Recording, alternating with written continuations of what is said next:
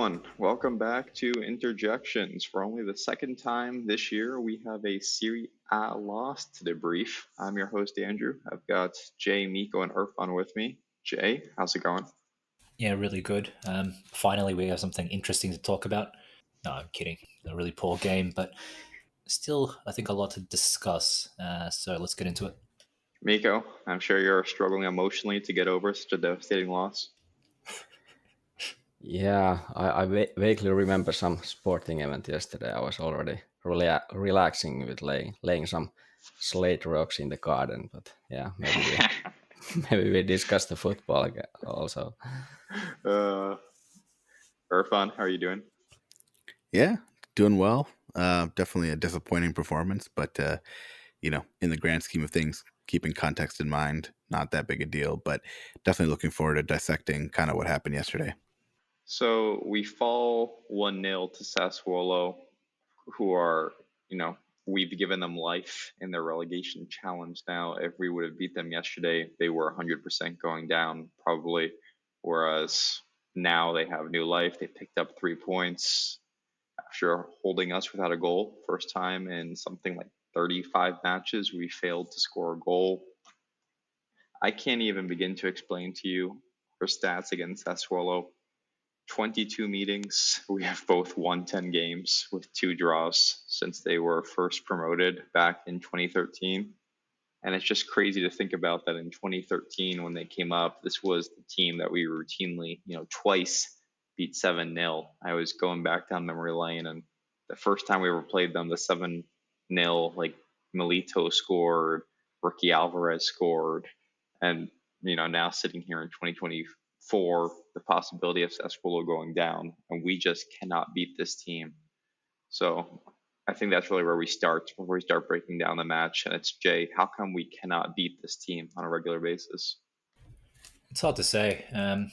Obviously, they play up against us due to the great record they have against us. So I think there's a psychological boost whenever they play us. Beyond that, there isn't any real reason that I can think of. I think it like 99% comes down to that. Yesterday, I will add the caveat of us, being somewhat in vacation mode ourselves. And I think that attitude combined with their need for points, their relegation situation just was a perfect storm. I think Inzaghi's tactical decisions were really confusing as well. I honestly don't care about the starting lineup. I'm happy for him to put out like a bench lineup out there. It's the end of the season, give the backups a run out, everyone's happy kind of thing. But when the game wasn't going to plan, I felt he needed to kind of correct things by bringing on the starting guys, Thuram, Barella, Calhanoglu.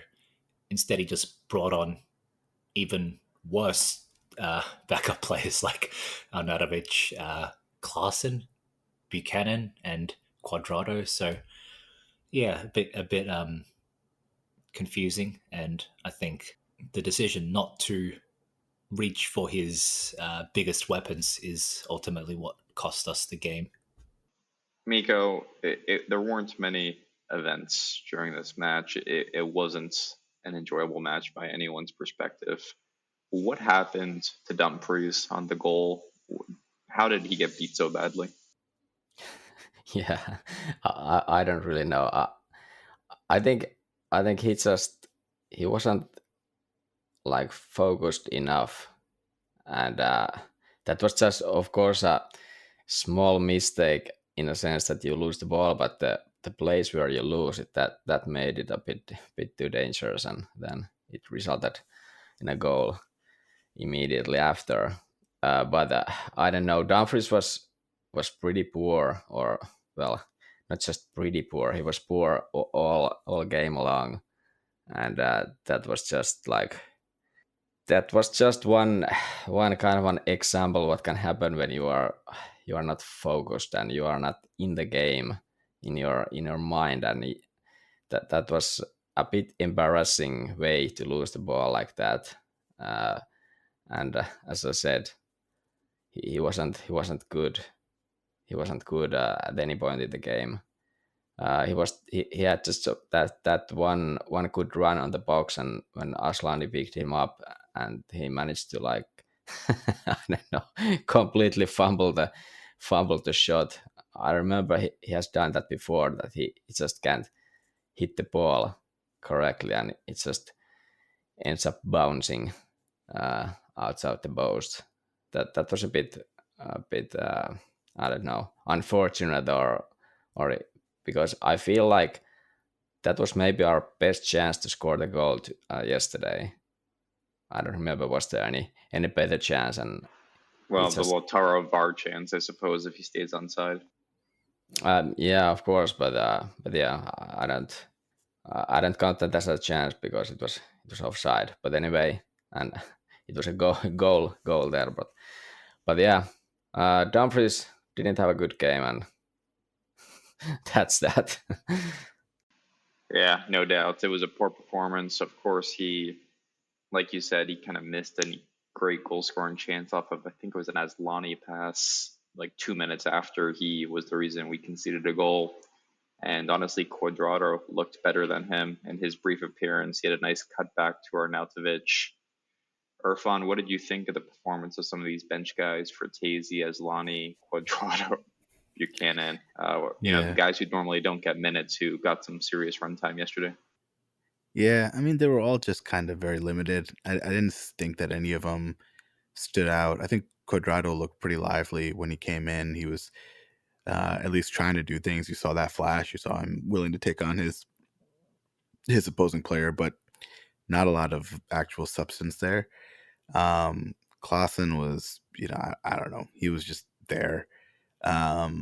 Buchanan, I thought, had some decent playing, time. He looked okay when he played. But again, I'm tired of like the 15, 20-minute substitute appearances from Buchanan. It's really hard to get a sense of, how he would function throughout the whole match. I think he needs more playing time than just 15 or 20 minutes. But I don't know. The whole match was extremely frustrating. We never really seemed into it. It seemed like there was like a second gear that we just never got into. And I know we played basically half of the bench. But dude, we had some major players still out there, Lautaro especially, and his performance again yesterday was just not something that great. And Dumfries, I expect so much better. I mean, for him to get beat like that on a physical play, where he just got outmanned, basically, that's never a good sign. So I think that was disappointing. Once they scored, I knew it was going to be really tough because, again, this is a team that's kind of battling for their survival. They have everything to play for, and we don't have anything essentially to play for. So once they scored, I knew it was going to be tough. But, conceding the way we did was extremely disappointing. I thought Adero actually looked pretty decent. He had some pretty good saves, which was good as well. But again, Lautaro's performance concerns me. It continues to not look very sharp at all. And then yesterday was a good reminder of just how important I think Thuram, DeMarco, and Hakan are for us. I mean, you guys know I'm a huge Asllani fan, but the entire team just doesn't click the way it should when you don't have Hakan and when you don't have DeMarco playing. It's a real challenge for us, I think, to generate a lot without those guys, at least in terms of like really good quality sort of chances. So I think we miss those guys a lot, and it makes me realize how important and valuable those guys are. What do you guys think about this game as an indictment on our team's depth? This is not the first time this year we've rolled with this like all bench or mostly bench lineup. We did something similar in the Champions League when we played Sociedad. We got eliminated from the Coppa Italia with this type of lineup. And every time we seem to make substantial rotations, I'm talking 4 or 5 players, we're dropping points. Jay, do you think this is us showing that our bench just isn't up to snuff, or do you just think it's a matter of too many changes at once? That's a fantastic question, and I think it's definitely the former. I said in a previous episode that we essentially won the season with like 15 players, And if you look at the starting lineup compared to last season, realistically, it's probably 2 players that came into the lineup and actually contributed meaningfully. We'll say 2.5, and those are obviously Thuram and Sommer, and that half I'm going to give to Pavard. As much as I like Pavard, I honestly think he was injured for a while, and Darmian, started the season at right centre back when we beat Milan 5-1. Darmian was playing that RCB position, so even though Pavard is a great player and one of the very, very few, if not the only player who walked away last night, with some pride, I feel like his contribution could have been essentially covered by Darmian, whereas obviously Thuram was a standout kind of like a bona fide, new piece and starter who couldn't be replaced. So yes, I do think that indicates that our bench is not really that strong. Like I've heard pundits say that we've got so much depth, but realistically, we've got depth at centre back in the unlikely kind of reliability of Bissek, and that's kind of it.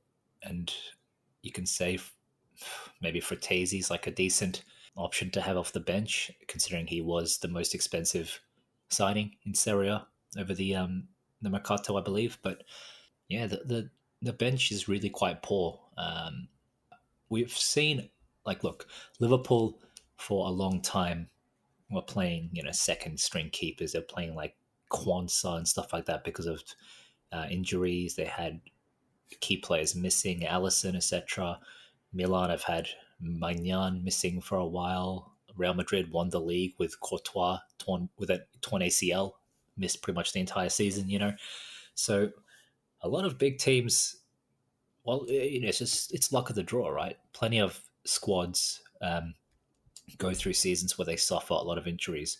We've actually been, I feel, extremely lucky on the injuries side of things for the last couple of seasons, in the fact that none of our major players have had any major injuries, right? I mean, it's not like Barrella's done his ACL or Bastoni's, needs like a knee surgery or whatever. We haven't had that, which has been really lucky. But we haven't had to deal with these injury crises like other teams. And yet, whenever we do put out like a kind of moderately or heavily rotated side, our quality just seems to plummet. And to a degree, that's expected, but not this much, not this badly. Like yesterday, I think was hands down the worst performance we've had in the league so far this season. Again, all this is prefaced by the fact that we've already won the league and the players are, less hungry than they were 2 months ago. But still, for us to create so little, I think is a bit worrying, And yes, to answer the question, ultimately, it just goes to show that the bench guys are not up to snuff, especially the strikers. I feel like I can't wait for Sanchez to leave. I was so happy when he left last time, only for us to bring him back 2 years later. And now he's finally leaving again. And Arnautovic is another massive headache. So, yeah, I really think, don't get me wrong, I'm not saying we didn't deserve a Scudetto, any nonsense like that. We deserved it unquestionably. But it's true at the same time that we got lucky in avoiding a lot of injuries or avoiding many injuries to any of our main guys. When you see games like this, as Irfan mentioned, when you see other performances where we've had to draft in 3, 4, 5 non-first choice players, it shows the luck. Yeah, completely agree. I've been saying that if Lautaro was to miss any extended period of time, the season would be over. We have so little depth up front that it can actually make an impact on a match in a positive way. He's been missing for the past 3 months, hasn't he? That is true, but we have such an insurmountable lead by this point that it doesn't really matter. Yeah. Miko, how much do you care that we lost this match? Or if we drop the next 3 matches against Frosinone, Lazio, and Verona, how much are you going to care? There are really 2 lines of thinking here. There's the people like me who want to rotate heavily, could not care less about the results of the next 3 games. If we lose them, I'll sleep fine at night. I just want to get people minutes. And then there are the people who, the perfectionists of sorts who want maximum points. They want to end the season on a strong notes. Where do you fall on that spectrum? Well, I gotta say, I was very pissed yesterday when I followed the match and we lost it. But then I it it goes away pretty soon after the match. It isn't too relevant. But then, if you're gonna tell me we're gonna lose the next 3 matches, then I would be I would be more pissed. But I would like us to get to that.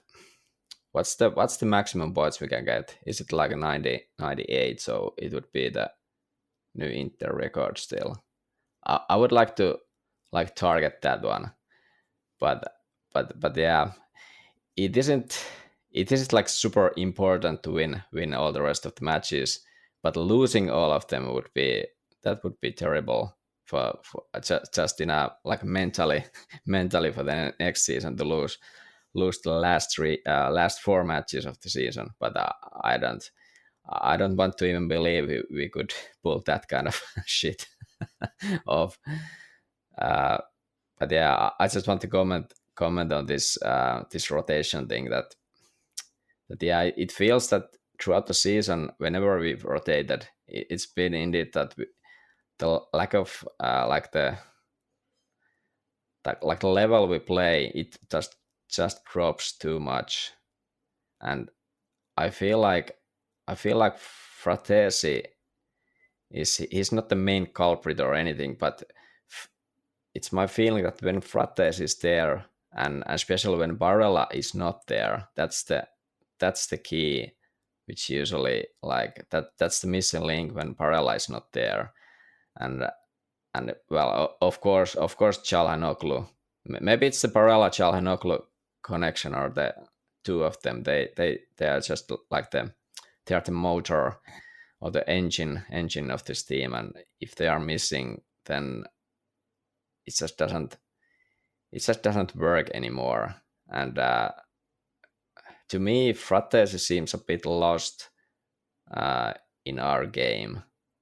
He's not impacting our game when he's starting, and when Barella is not there, and we are not like totally controlling the match. And even if we had the possession yesterday, we couldn't break their Sassuolo's defense correctly. And I think that when that's the case, Fratesi is not too useful anymore in these kind of situations. And it's, I don't know, it's it feels a bit frustrating, because as Jay mentioned, he was the most expensive signing, and we can only use him as a super sub to be effective. So there's a work to be done with Fratesi, I feel. Yeah, Fratesi, I think he had a pretty poor game yesterday. I don't really understand. It's I have to look at the tape, kind of like I would love to watch a match where you just are focusing entirely on Fratesi and what he's doing throughout the whole match, because I feel like there's a lot of small things that Barella does that Fratesi just doesn't do, and it kind of wears on the match quality of our team overall. And so that I agree is interesting. The Hakan and Barella connection is actually, yeah, you're right, an extremely important connection for us in terms of kind of stabilizing the midfield 3. I also feel like and I mentioned this in other episodes, but that connection between Bastoni and DeMarco on the left is our lifeline, right? I mean, we could be getting crushed in the midfield, we could be getting overrun in so many places, but that Bastoni to DeMarco connection kind of saves the day so much for us. And when either of those two guys are out, even if they're being replaced by people who are pretty good, I feel like we suffer. So I think that there's something to the fact that we do have some really good quality bench players, but just integrating them into the rest of the team still seems to be a bit of a struggle, which it really shouldn't be, because when you look at the individual quality of some of these guys, you're like, okay, that should be good. The forward line, obviously, there's not much to talk about there. It's just completely poor. I'm glad Lautaro's having his little struggle after everything's kind of been booked, but it just goes to show you how dependent we are on those first two strikers. Sanchez, whenever he plays for us, whenever he starts for us, he just never has a good game.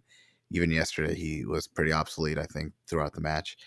And then going back to Andrew's question, I have no problem if you're one of those fans who thinks that we shouldn't care about the results and we should rotate these guys and let the bench players play to see what we've got and, give them some time. And I got no problem if you're one of those players one of those fans who thinks that we should keep our foot on the pedal and we should grind out and get good results because that's what champions do and that's what great teams do and all this crap. If you're in either one of those camps, that's fine. Like, you're entitled to your view. What I struggle with are the people who are in like both camps, who think that we should be rotating heavily, but then we should also be grinding out results and winning. It's like, you've known for a while that this team does not have the depth to like substitute 5 or 6 starters and then go out there and like win a match.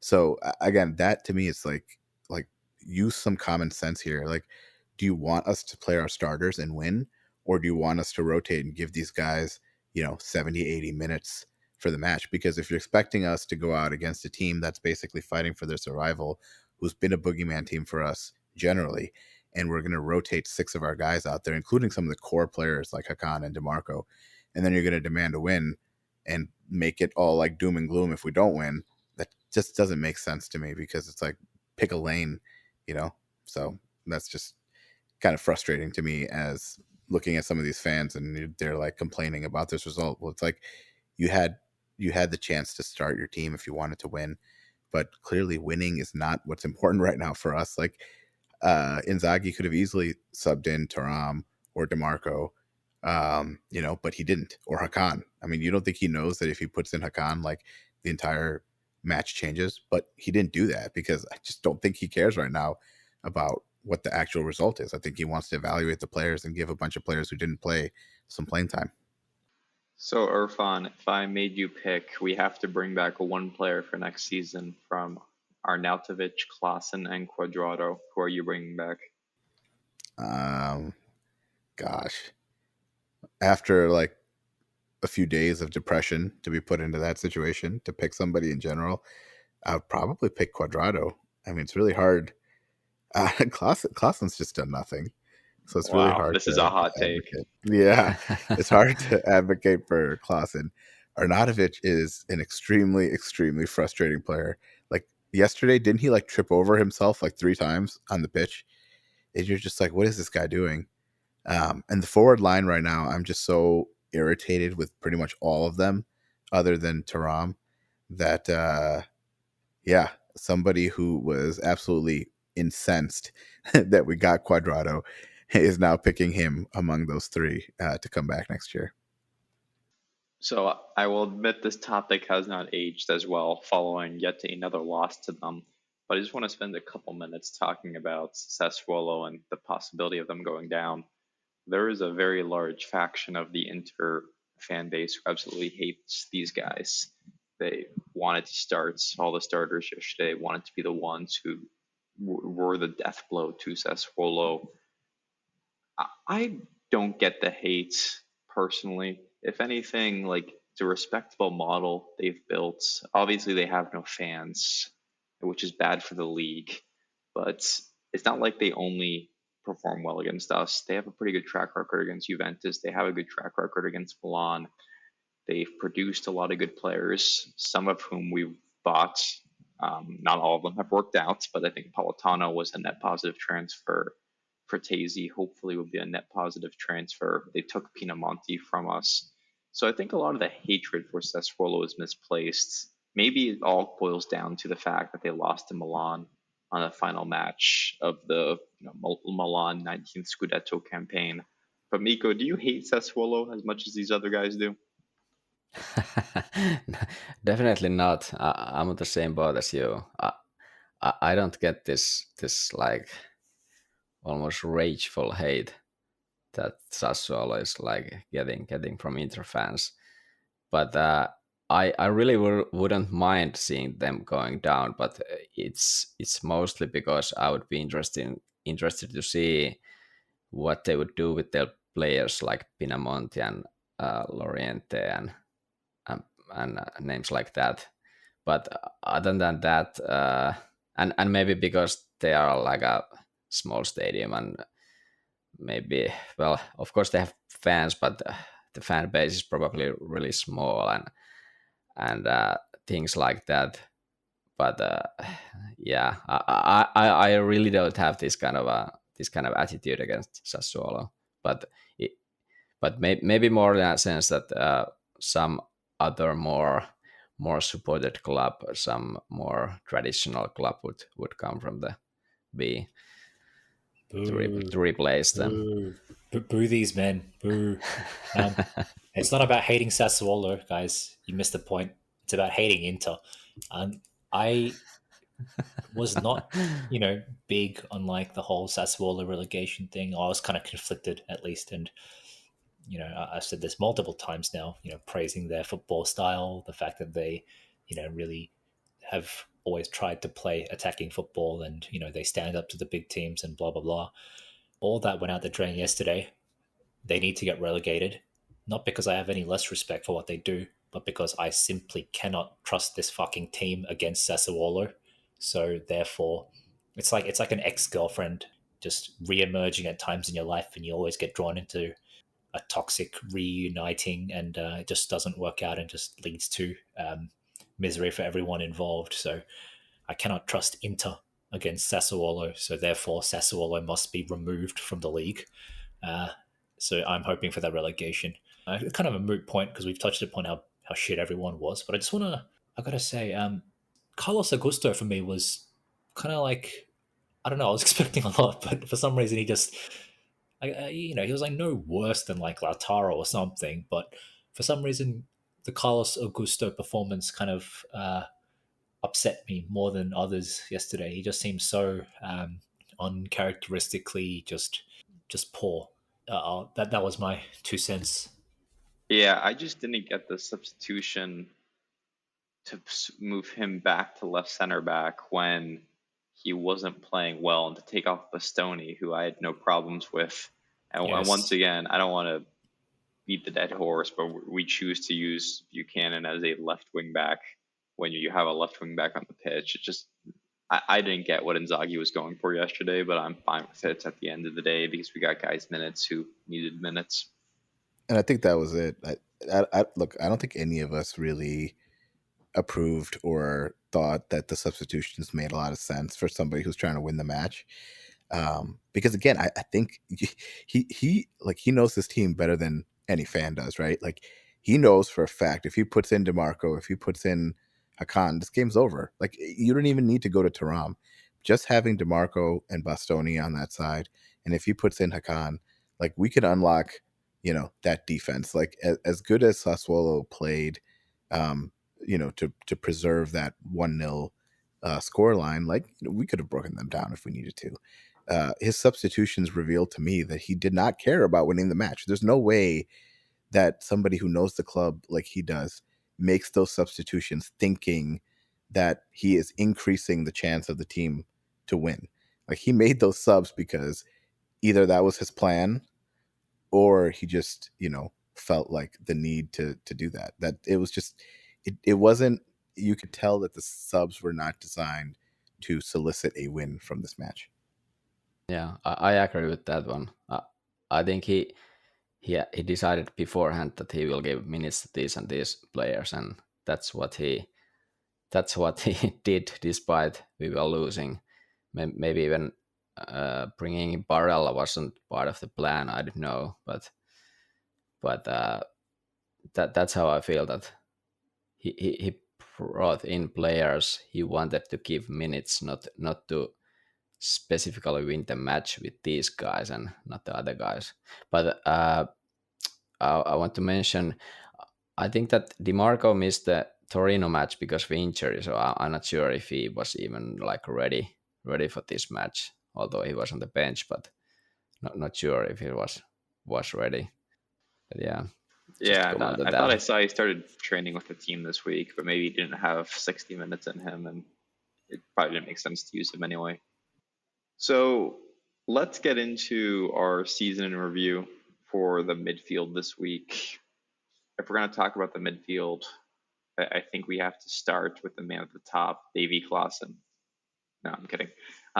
If we want to talk about the midfield, we should lead off by talking about Hakan, who was just what a phenomenal player. I mean, to think of the chain of events that brought him to Inter, from the tragedy that happened with Eriksson, us signing him on a free transfer, and then by accidents almost having to deploy him as the regista after Brozovic got hurt last year, for him to become one of the best midfielders in Europe, and now through his fantastic penalties being our second or third leading scorer.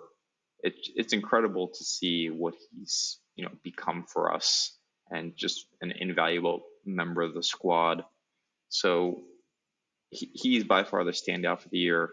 And then we can also talk a bit about Barella, maybe, who's the yin to the yang in terms of just high quality play from the midfield. With Hakan and Barella were in such great hands, Miko, from a midfield perspective, and they were really the engine for us this year.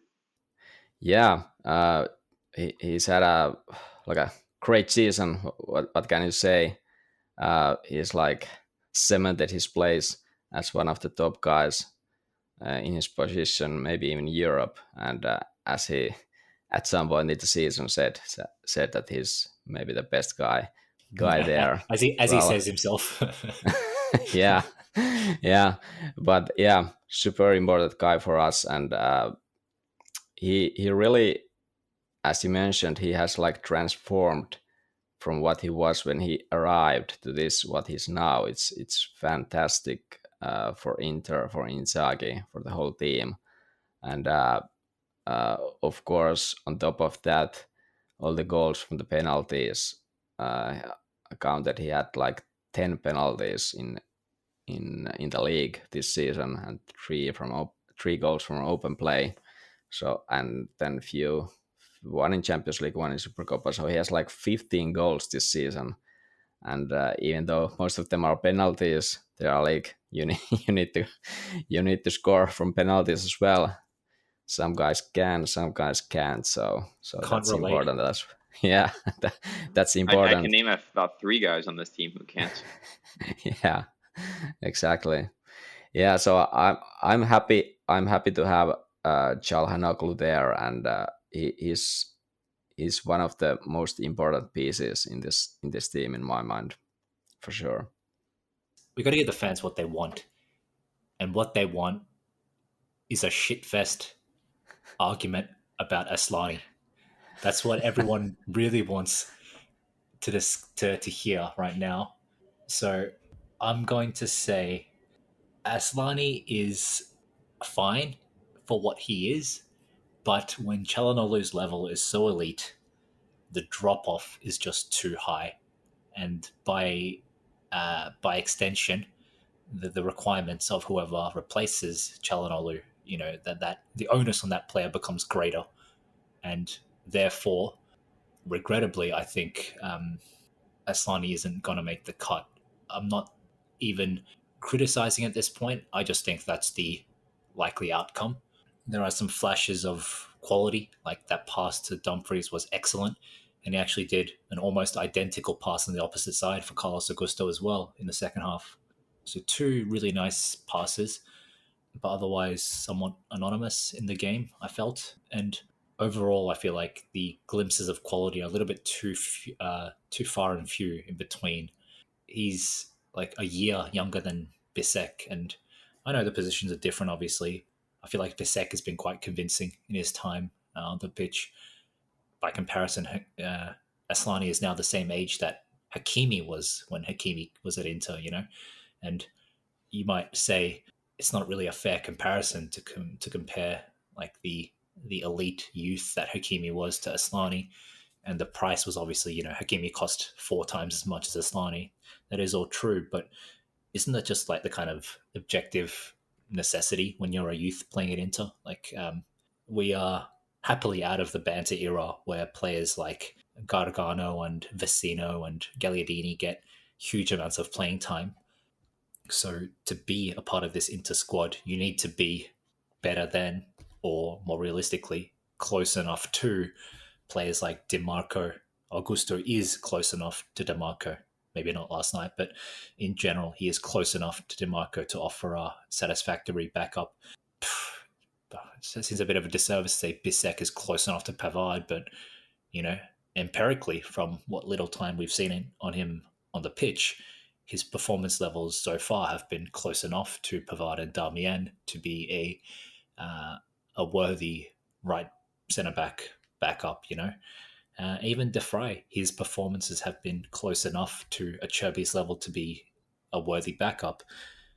The problem is when you start looking at the strikers and the midfielders, and in this particular instance, Asllani, I don't think what we've seen on the pitch is close enough to Calhanoglu to be a backup. And again, the same extends to Fratesi, who I'm a big fan of. Like, he's not shown enough that he can be much more than like a last or a late impact sub. He hasn't shown that he can replace Barella competently, and obviously it goes to say that Klaassen or Sensi did not show enough to show that they can back up Mkhitaryan and nor the strikers. But yes, that's the way I see it. I think, and when young players tend to fall into that categorization of maybe a little bit of quality here and there, but just too far and few in between, that's when players go the Lazaro, the Satriano kind of route, unfortunately. So regrettably, and despite all the criticism, like, I genuinely liked for him to succeed. I really would like to kind of envision him as this artful kind of technical midfielder with a great long pass. But again, just empirically from what we see on the pitch, it's hard to see Inzaghi trusting him for very much longer as like a Hakan backup when the drop-off is too high. And again, I want to reiterate, that's, while I'm focusing on Asllani now, that's a viewpoint I hold for a lot of the backups.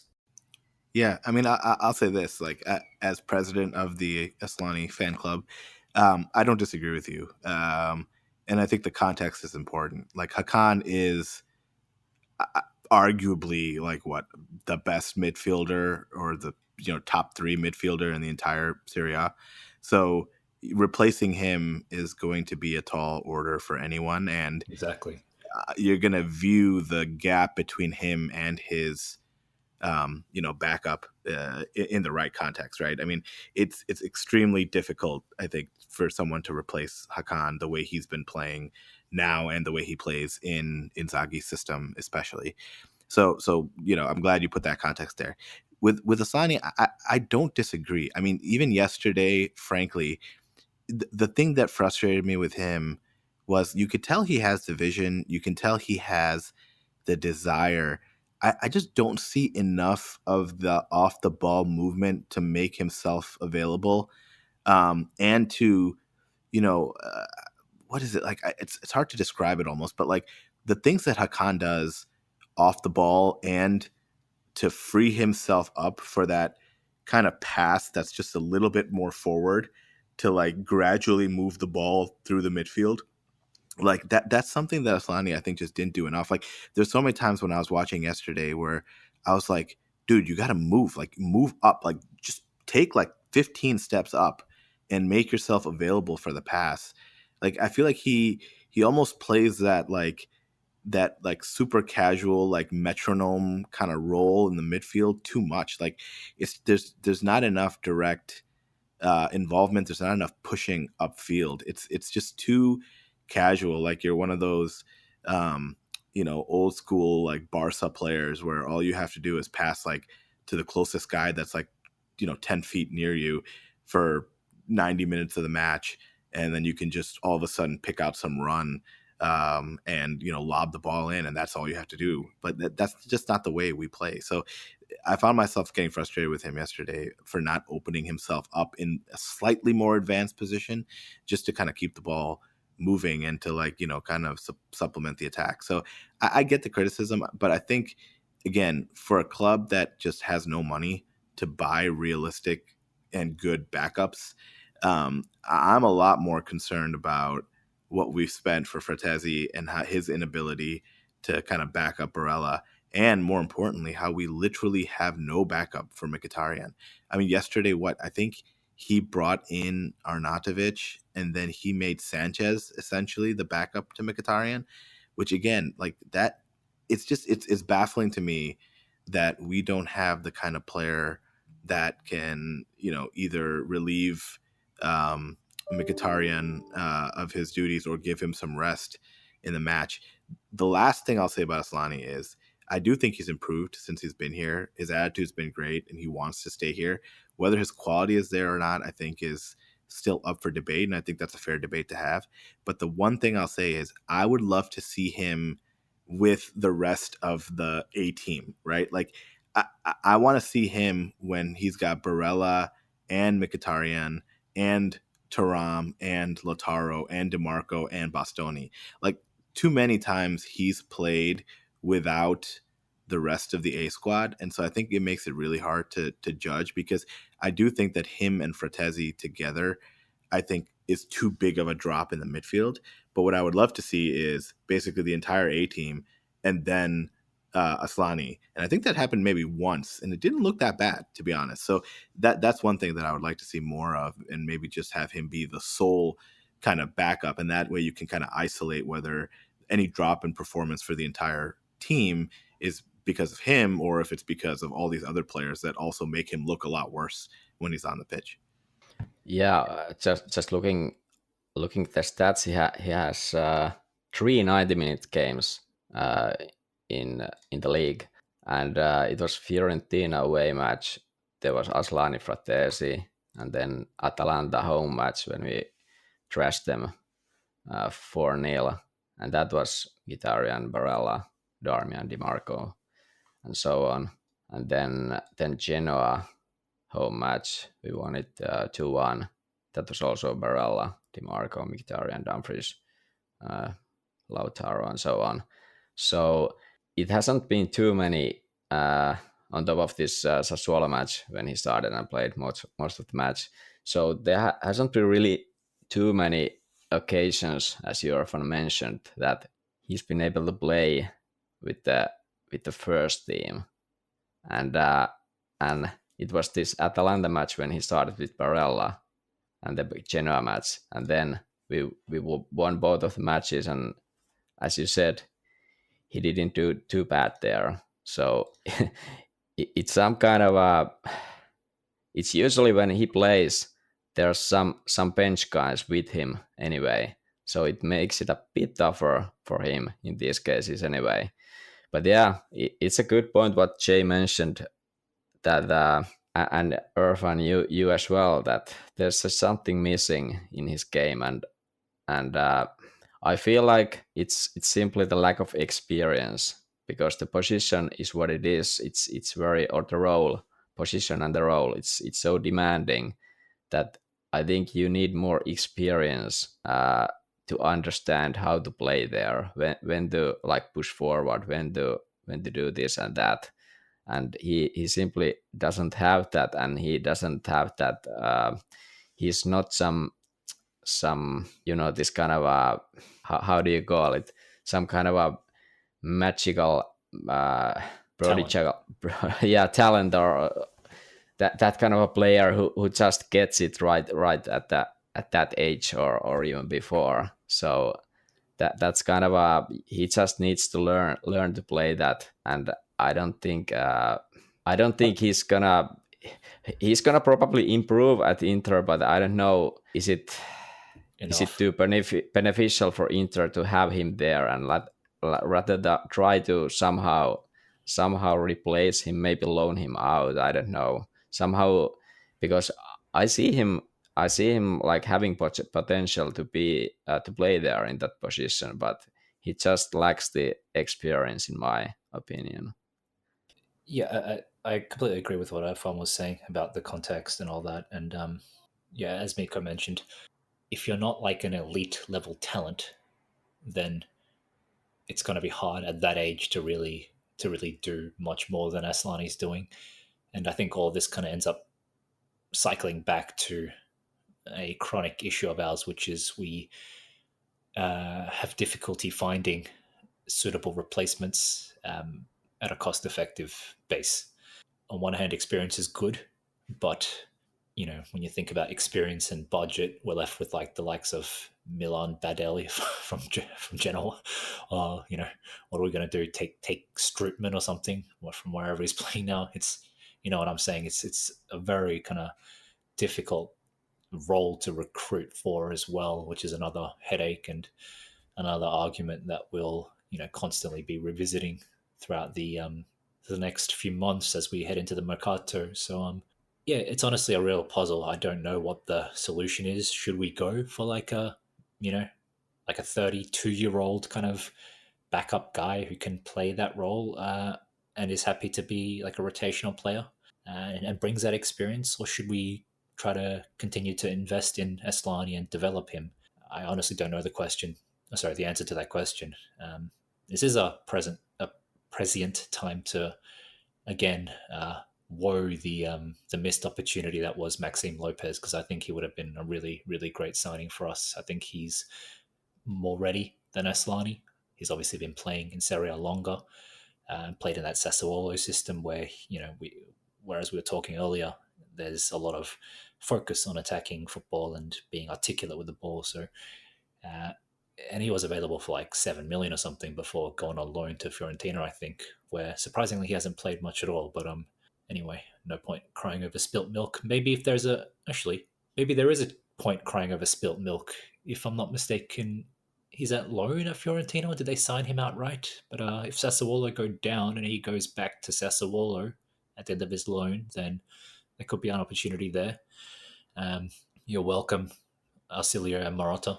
Yeah, it's going to be a real tough dilemma in that position.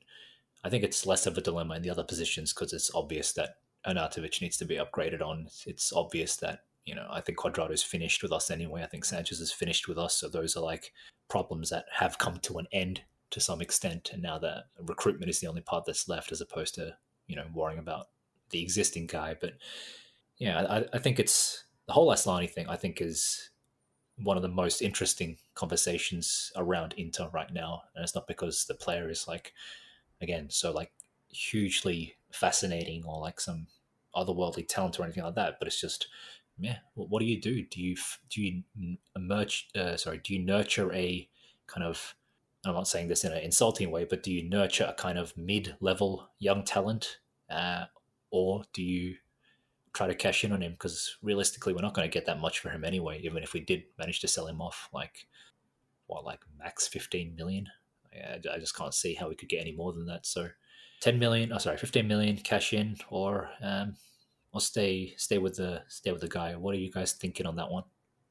Yeah, I don't know. I think it's I would still say it depends on what you kind of view. And I don't want to get philosophical, but it kind of depends on what you view as the Inter project, right? Like because I see fans clamoring for us signing younger players and players that have a potential higher upside rather than these bloated veteran kind of contracts that we Pjanic. often end up with. Yeah. So it's like one of those things where it's like, what do you envision for this team? I mean, I think everyone's relatively happy with the starters, right?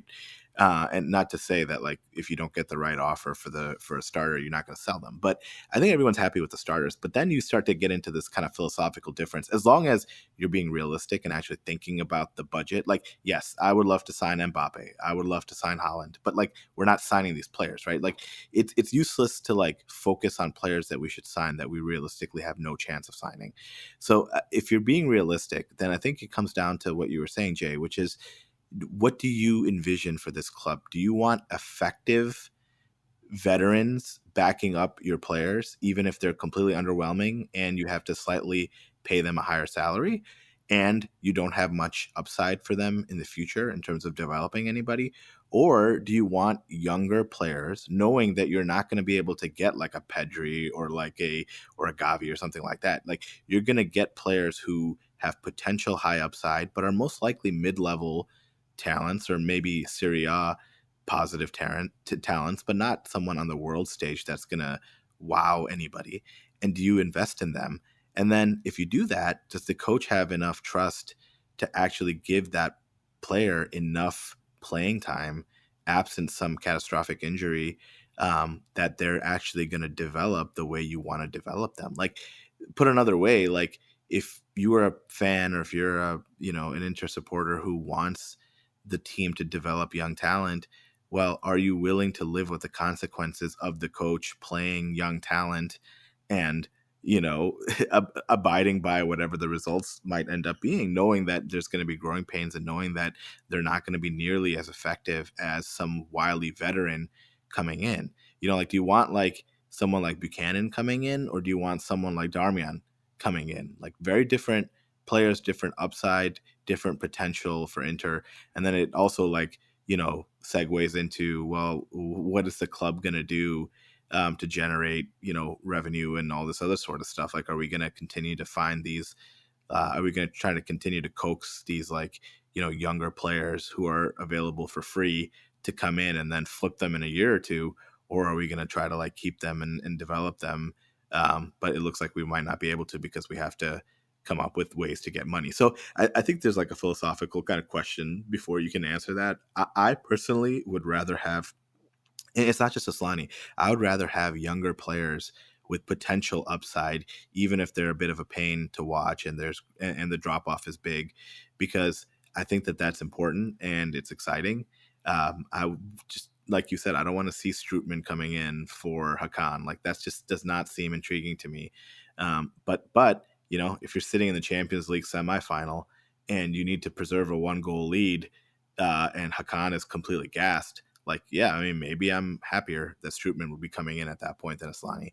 And then just finally on the Asllani point, again, I've defended him, and I still defend him because I think that he has a lot of potential, and I like his general playing style.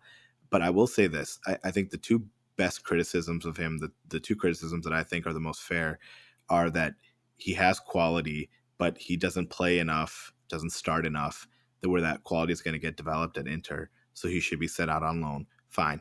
And then the other thing about him that I think is interesting is when people say he should actually, he's probably not that good as a regista. Like, for Albania, I think he plays further up on the pitch in the midfield role. And I do think that he has a lot of qualities that could probably suit playing higher up and playing with a little bit more kind of positional abandon than he's kind of forced to play when he subs in and plays for Hakan for us, because you can tell he's so focused on covering the defense and staying back and not getting kind of overrun on a counter, that I think you lose some of the better qualities that he has going forward, like he did in Genoa when he scored. I think you lose some of that because he's too busy and he's too focused on making sure he doesn't make a mistake in protecting the defense. So there is an argument, I think, on what his best position is and whether the kind of talents he has actually suit the kind of three midfield kind of pigeonholed positions that Inzaghi seems to have. I think that's also a fair criticism. So I think that's actually a good segue into talking about Mkhitaryan, who is not getting any younger. We've talked a bit about his performances on this podcast. I think we all agree his performance declines later into the season. He's just older.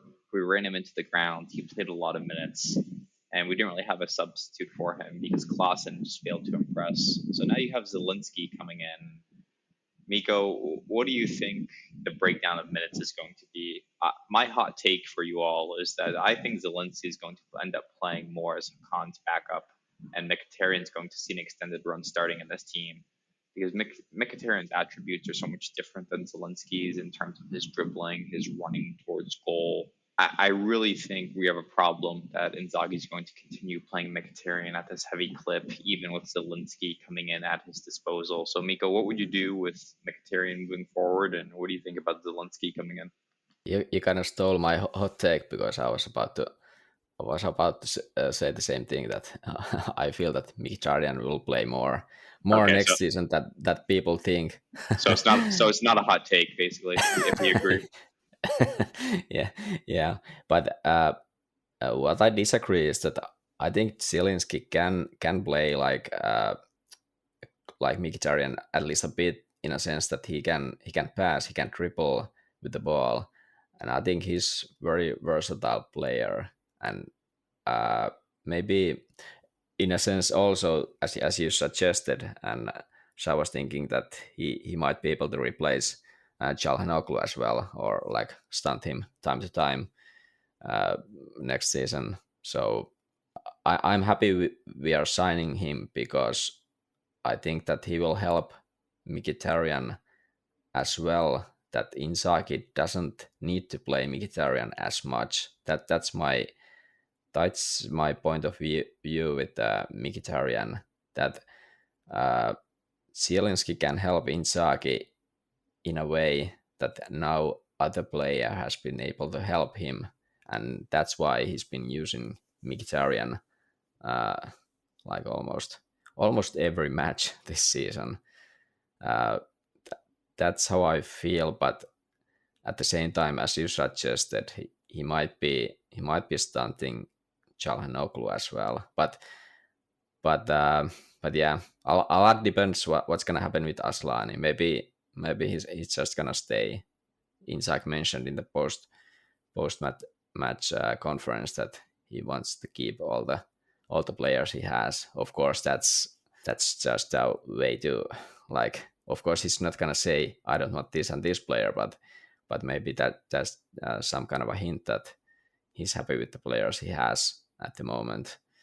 But yeah, it's gonna be interesting, because there's a lot of like dynamics between the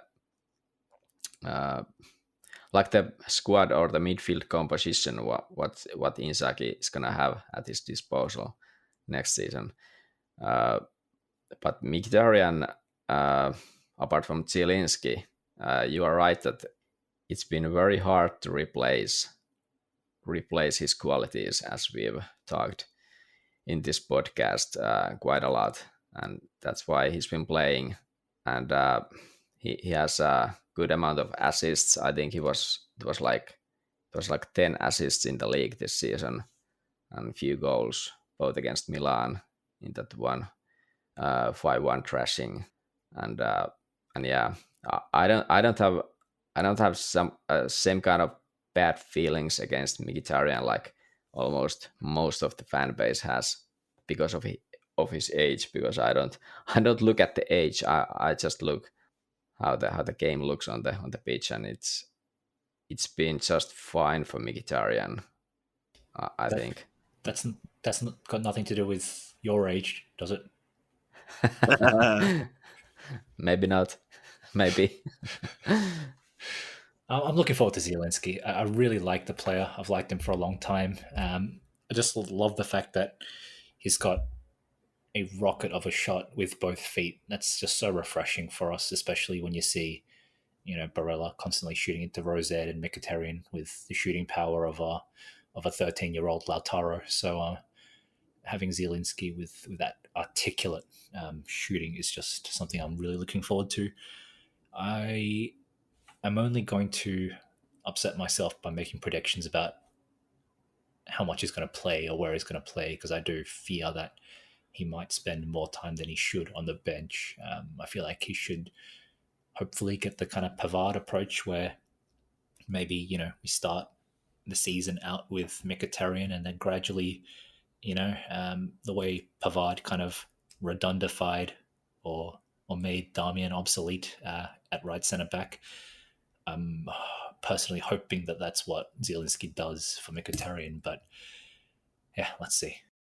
Yeah, I'm skeptical that that he's going to be able to kind of wrestle that position away from Mkhitaryan, only because, look, Inzaghi has a lot of great qualities, but one of the, I think, challenges that he has is that he plays the same hand over and over again, and he drives his veteran players kind of into the ground. And I think he Jeckoed Mkhitaryan this year.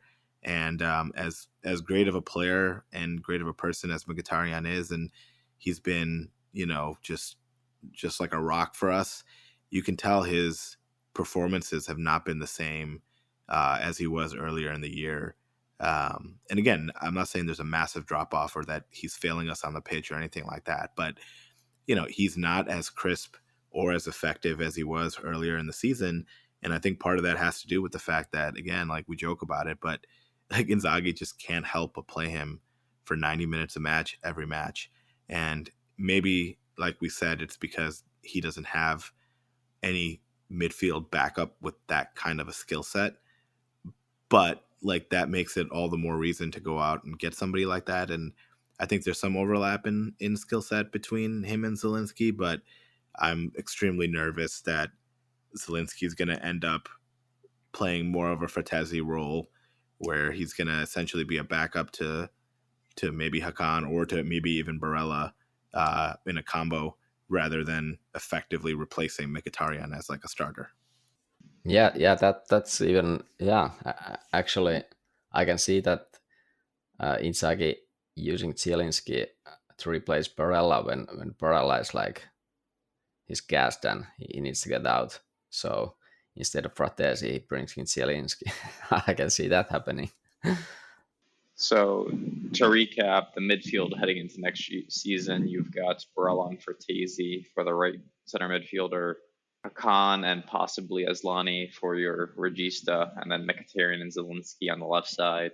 That unfortunately does not leave any room in the squad for Klaassen. So Jay, I'll just give you a moment to bid farewell to our good friend Davy Klaassen.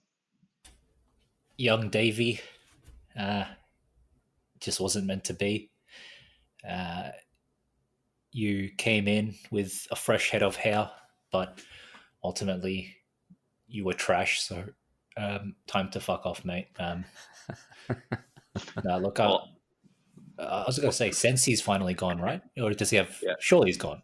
Sensi is finally gone. His contract expires. He's actually sneakily like one of the most expensive players in our squad because we paid so much money for him. So his contract expires and he's finally leaving. He'll probably get a farewell match, I imagine, before the end of the season.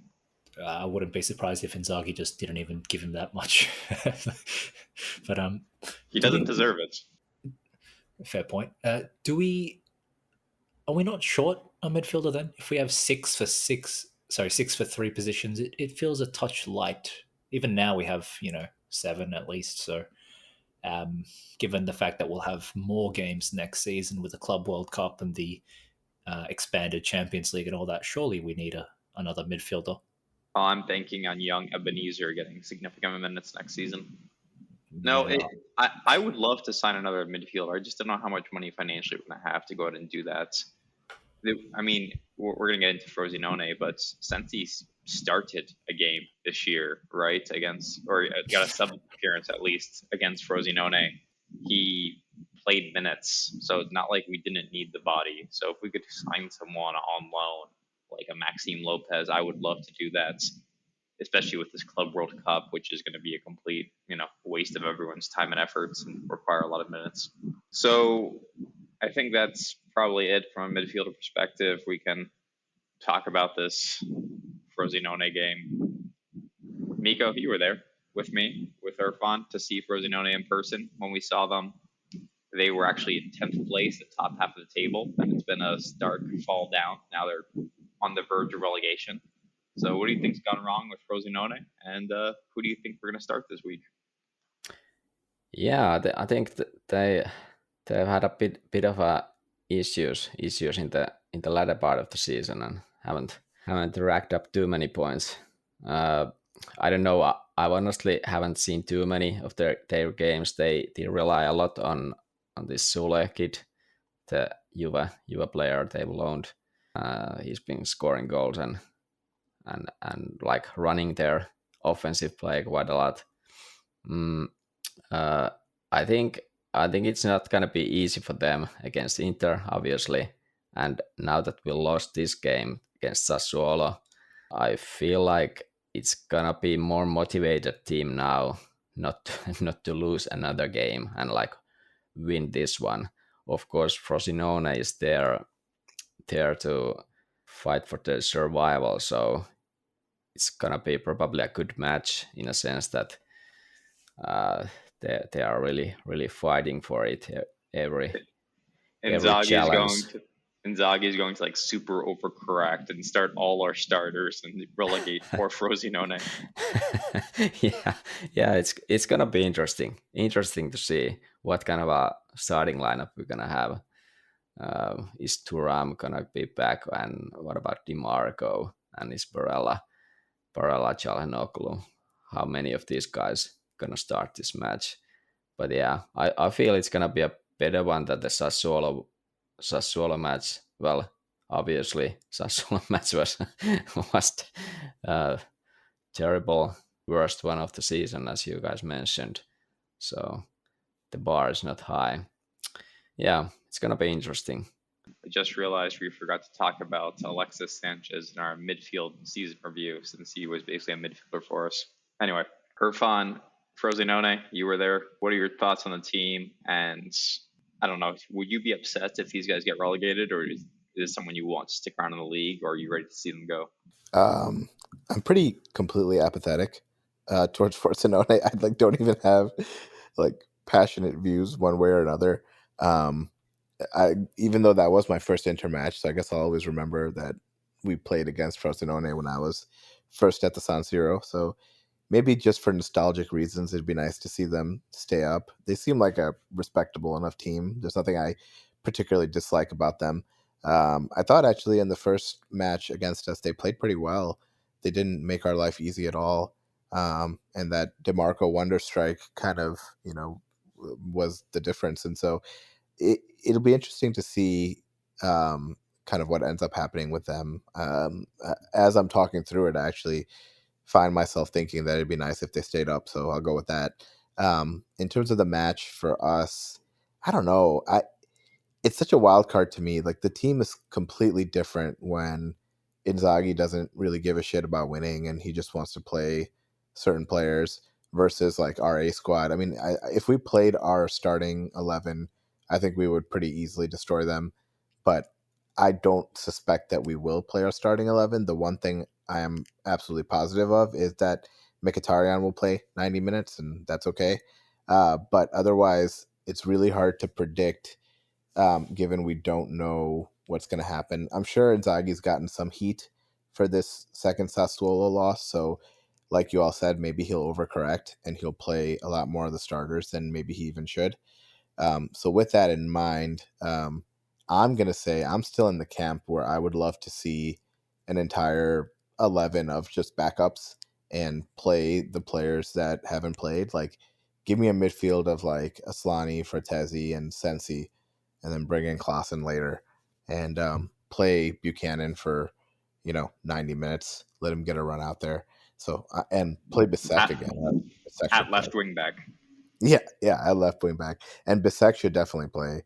So I'm fine rotating. Let's let these other guys play. It'll be somewhat entertaining, and the meltdown of the Inter fans who now think that we're not worthy champions will also be entertaining. Irfan, could you point to where Frosinone is in Italy? I absolutely cannot. So they're located about an hour outside of Rome.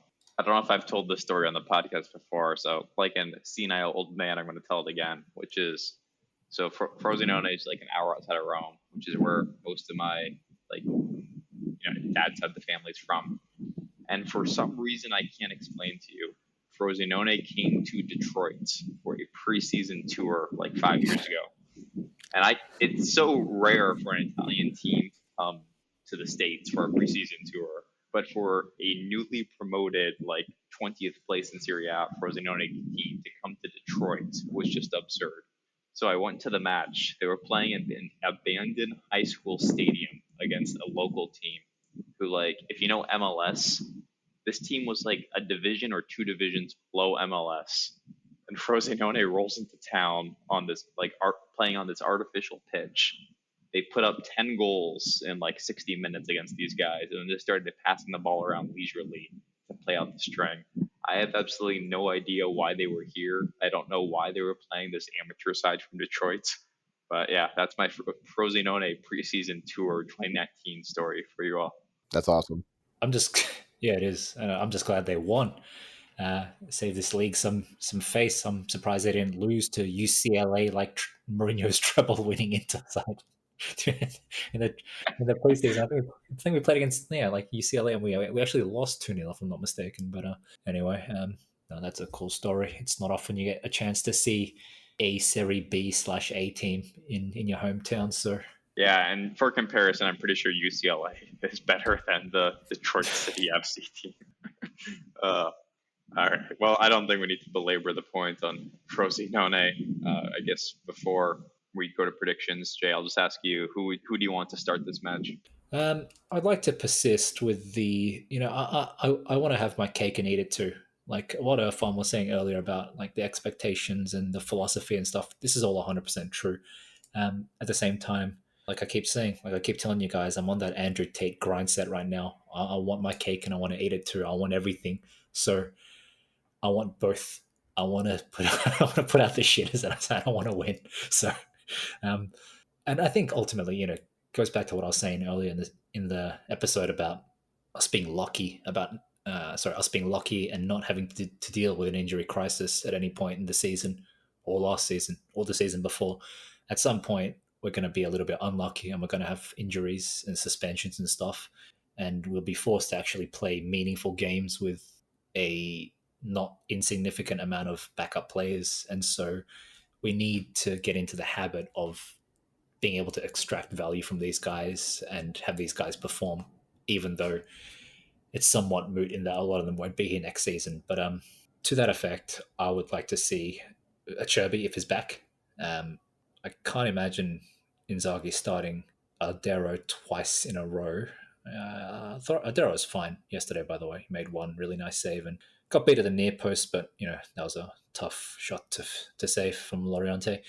So we'll give someone the start. Acerbi, if he's fit, I definitely would like to see Bisek start, but I'm a little bit torn because, like I said, Pavard was just so great last night. And on the left, I guess you just start with Bastoni. He didn't play the full match anyway, so he should be fine to play another match. Dumfries or Damian or Buchanan. Sure, let's start with Buchanan, but apparently he's a left wing back full time, so probably unlikely. I would start Asllani, but I don't think Inzaghi is going to just give multiple consecutive starts to some of the backup guys. So I expect to see Calhanoglu and Barella and Mkhitaryan, but I would like to see Asllani in there, to be honest. Such a fanboy, Asllani fanboy over here. Yeah, I know, right? And then left back again. If DeMarco's fit, then play him. If not, then play Augusto. But I'm not against a Buchanan start, even though he's trash. I pretty much never want to see Sanchez or Arnautovic or Lautaro ever again. So let's start with Thuram and lone striker. Yeah, Thuram, lone striker. Thuram and Fertesi. Yeah, pretty much just Thuram and Young Sa. I'm just sick. I just hate these guys. I'm so sick of them. But definitely start Thuram and I guess Lautaro. Like he's got to score sometime, right? Like what kind of lunatic goes 9 games without scoring? That's literally like 25% of the season. It's a whole quarter of the season that he's just done nothing. It's just lucky he did so much in the first 60-70% of the season that we can kind of get away with it. But we gotta break his dock, even though according to him it no longer bothers him anymore. The drafts no longer bother him. His own words, by the way. But he's in the acceptance stage of grief. Exactly. He's just accepted that he'll go on these long droughts, and there's nothing he can do to fix that apparently. But yeah, let's start the Lautaro and Thuram, and let's get a convincing 1-0 win with a Calhanoglu penalty. Miko, surely you will predict Lautaro to score a goal here. Yeah, I don't know. I was just checking the stats a bit or Frosinone's record, and apart from the last week's victory against Salernitana, which was a home game for Frosinone, they haven't won like in 12 games, but at the same time they haven't lost in the past 5 games. And apparently it seems to be that when they changed from 4-3-3 to 3-4-2-1, they haven't lost a game. So it's been all draws and then this Salernitana victory. So probably that's going to be their formation, and they haven't, well, I don't know, they haven't conceded too many goals either. So let's go with 2-1 victory to Inter, tight one. And I don't know, I'm not gonna predict Lautaro scoring anymore because I don't want to bet against this kind of how do you call it, run of form, poor form he has. So let's give it to DiMarco this time, and then Fratesi is gonna save it for us. Irfan, what do you have? Well, gents, as you get to an old, wiser age like I am, you realize that life is full of balance. And you take the highs with the lows, you take the ecstasy with the grief. And so I'm going to go with a 2-0, or as Miko likes to say, 0-2 Inter win against Frosinone. And with the high and sheer ecstasy of the Asllani goal that I'm predicting as our first goal, I'm going to give Cuadrado the second goal and watch him do some crazy Brazilian style samba dance, Colombian, style samba dance right in my face. And I'm just going to have to just soak it all in. I would love, there are a few things I want to see happen this season. I want to see the ball bulge in the back of the nets after a Davy Klaassen goal, but a Cuadrado Inter wonder strike is right up there with my 2024 season bucket list. Yep, I can't want blame you a for that. Pavard goal too. I want that guy to score before the end of the season, and some like sweet Klaassen screamer from 30 meters is a fool's dream at this point, unfortunately. After watching his penalty, I don't even think he can hit the ball 30 meters in distance. I want this to be as fulfilling of a season as possible, and for it to be a true Inter experience, I need a Creasy, I need a Retiro. So give me a 1-0 Frosinone win. I was trying to predict a Frosinone goal scorer, but frankly, I don't know who any of these guys in their team sheet are. So I'm going to give it to Romagnoli, not the former Milan player, but what I assume is his brother, who plays for center back for them. Just assume it's his brother. They have I'm going to assume it. They have Chedira, who has scored a few decent goals this season, so I could definitely see him getting on the score sheet and making things uncomfortable for us. Creasy Inter. Yes, I want 4 consecutive losses to end the season, just to really let it sink in. The Scudetto has been soiled Scudetto. 0 out of 10 season, yeah.